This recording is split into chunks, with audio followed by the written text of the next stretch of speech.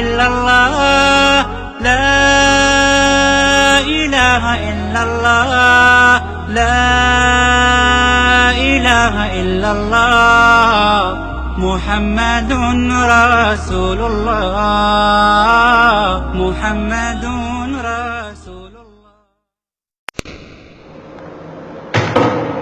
আসসালামু আলাইকুম ওয়া রাহমাতুল্লাহি ওয়া বারাকাতুহু।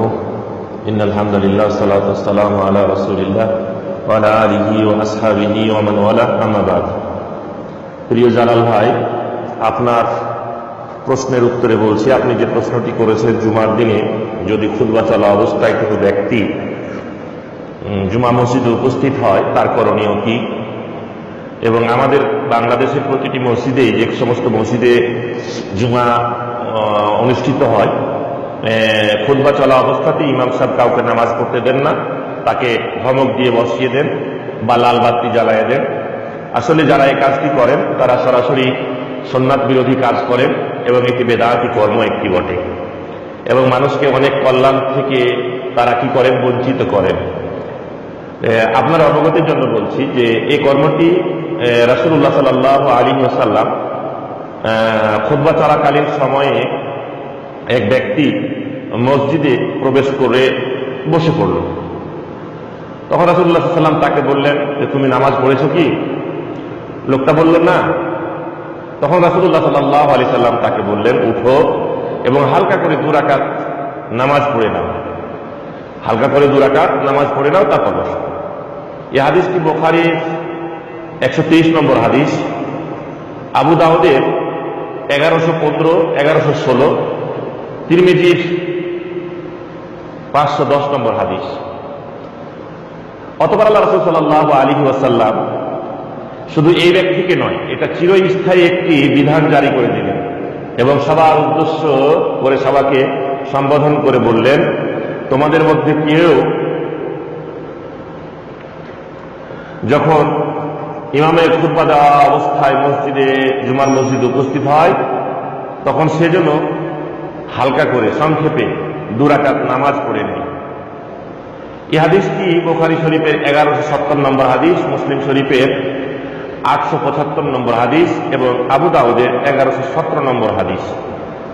তাহলে এই হাদিসগুলো স্পষ্ট ইঙ্গিত করে, প্রমাণ বহন করে যে না, 2 রাকাত নামাজ পড়তেই হবে।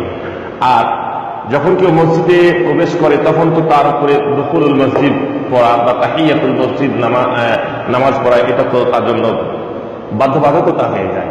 কারণ আল্লাহ রাসূল সাল্লাল্লাহু আলাইহি ওয়াসাল্লাম বলছেন যে ইজা দাখালা আহাদুকুমুল মাসজিদা ফালিয়ারকা রাকাতাইন কাবলা আন ইয়াজলিসা, যখন তোমাদের কেউ মসজিদে প্রবেশ করবে তখন 2 রাকাত নামাজ না পড়ে মসজিদে বসবে না। তাহলে আল্লাহ রাসূল সাল্লাল্লাহু আলাইহি সাল্লাম বলছেন যে 2 রাকাত নামাজ না পড়ে মসজিদে বসবে না। হ্যাঁ, যদি কেউ খুতবা চলা অবস্থাতে এসে দাঁড়িয়ে থাকতে চায়, কোনো অসুবিধা নেই, সে নামাজ পড়বে না। কিন্তু যদি সে বসতে চায় তাহলে তাকে নামাজ অবশ্যই পড়তে হবে, অবশ্যই পড়তে হবে। আর দুখুলুল মসজিদ বা তাহিয়াতুল মসজিদ কোনো সময়ে পড়া নিষিদ্ধ নয়।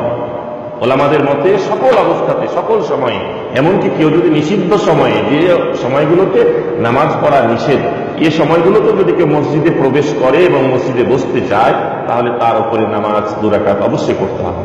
তাহলে এখানে দেখেন রাসূলুল্লাহ সাল্লাল্লাহু আলাইহি সাল্লামের কথা কতটি বিরুদ্ধাচরণ তারা করতেছে, কতটি কথার বিরুদ্ধাচরণ তারা করতেছে। এই হাদিসটি তাহিয়াতুল মসজিদ সংক্রান্ত যে হাদিসটি, এটি মুসলিম শরীফের 714 নম্বর হাদিস এবং বুখারী শরীফের 444 নম্বর হাদিস। তাহলে এই হাদিসগুলোকে তারা বিধানগুলি দেখে নিচের স্বেচ্ছাচারিতা প্রকাশ করে নিজের এলেম জাহির করছে এবং মানুষকে অনেক কল্যাণ থেকে রুখে দিচ্ছে, অনেক কল্যাণ থেকে বঞ্চিত করছে। আমরা তাদের জন্য হেদায়েত কামনা করি। আল্লাহ রাব্বুল আলামিন যেন তাদেরকে সঠিক বুঝার তৌফিক দান করে। এবং আপনি এই হাদিসের নাম্বারগুলো নেন, টুকে নেন এবং ওই সমস্ত আলেম ওলামাকে দেন এবং বলেন যে আল্লাহকে ভয় করেন, রাসূলের সুন্নাতের অনুসরণের প্রতি মনোনিবেশ করেন। আল্লাহ আমাদেরকে সঠিক বুঝার তৌফিক দান করুন। জাযাকুমুল্লাহু খাইর, বারাকাল্লাহ। আসসালামু আলাইকুম ওয়া রাহমাতুল্লাহি ওয়া বারাকাতুহু।